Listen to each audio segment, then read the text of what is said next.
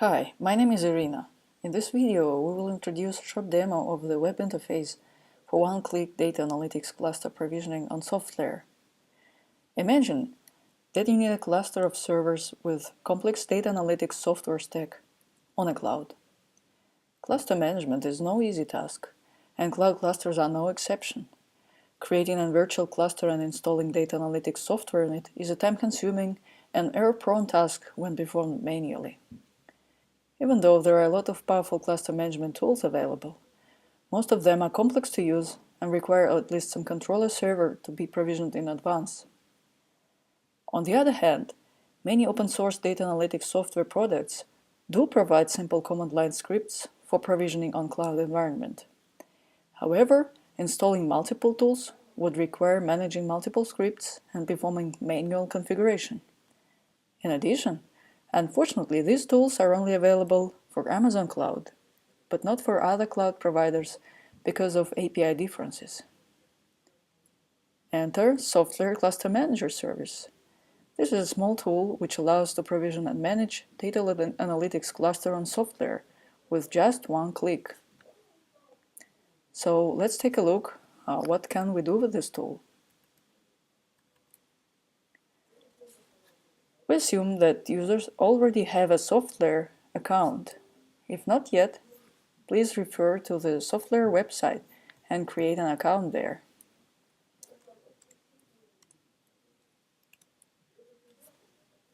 So we log into the service and see the dashboard. Here the user can see the list of clusters and perform some actions on them, such as view cluster details, or view provisioning logs, or delete the cluster, and also user can create a new cluster using this button. And even when fully automated, cluster provisioning and software deployment is a time-consuming task, so let's start this process now, and we will get back to this cluster later.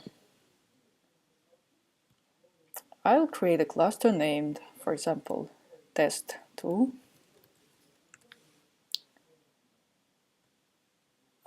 In this field, I can enter my SSH key label here, which I already have provisioned on SoftLayer portal to be able to access my master node without password.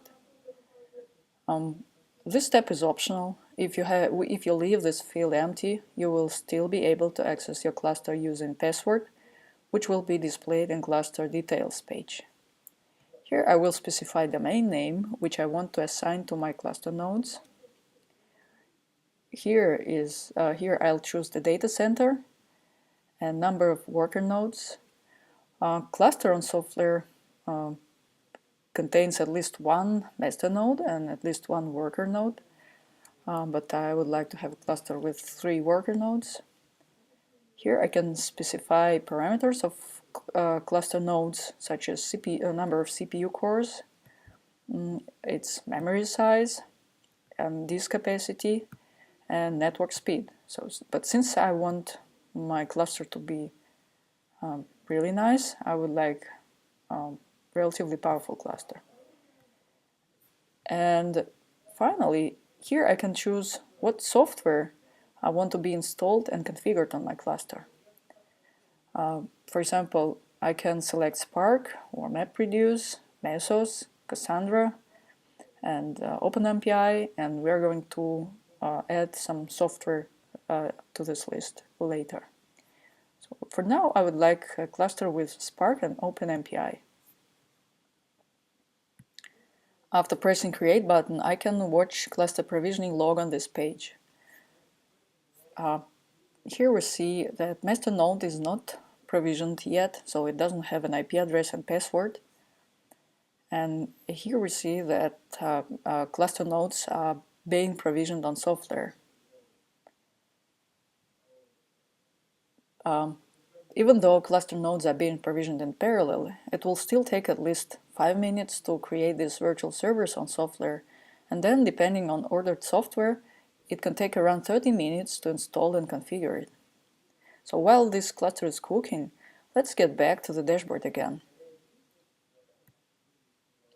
Here we see my clusters and their state. This one is being provisioned, and these are running. We can see details of existing cluster using these links, view. Also, we can access cluster provisioning logs, and also we can delete clusters. Let's take a look at these cluster provisioning logs. So we should wait for a bit while it accesses cluster details.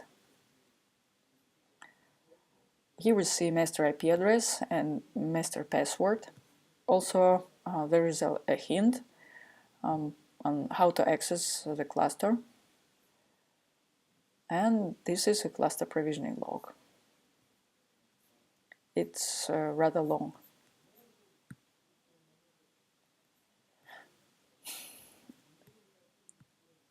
Also, in Spark cluster, we can access Spark Web UI using the link provided in cluster details page. So we see this cluster is running and it has IP address and password. And let's try to access this cluster.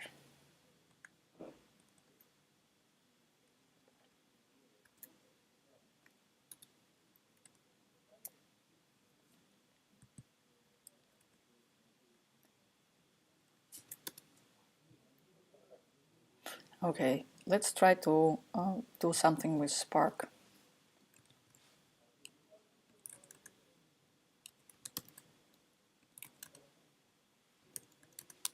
I will start Spark in a standalone cluster mode.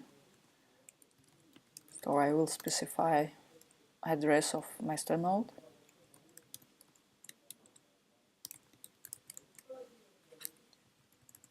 "7077" is a port to which Spark exposes its master node.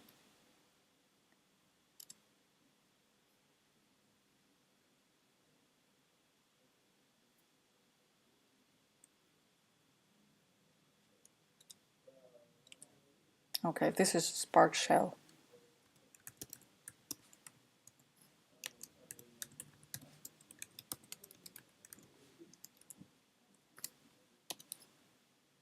Cool, it works.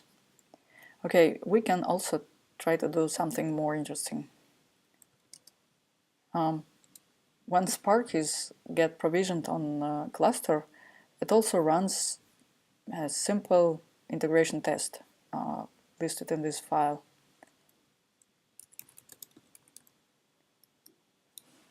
What does it do is it reads a text file and filters lines containing word Spark and count the number of lines with the word Spark. And in case if no exceptions occurred, it prints the word passed. Otherwise, it prints the word failed. So we can run this test against Spark cluster using this command. We just need to provide name of this file to the Spark shell command.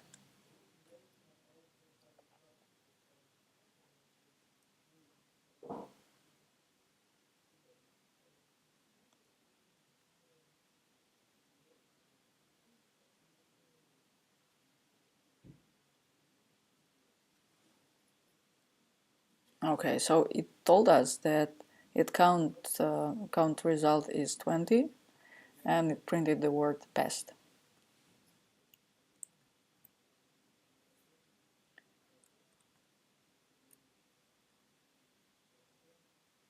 So that's about all for now. Please keep in mind that this is a work in progress and currently this is an alpha version of this service. We would extremely appreciate your feedback and you can send it to this email. Thanks for watching.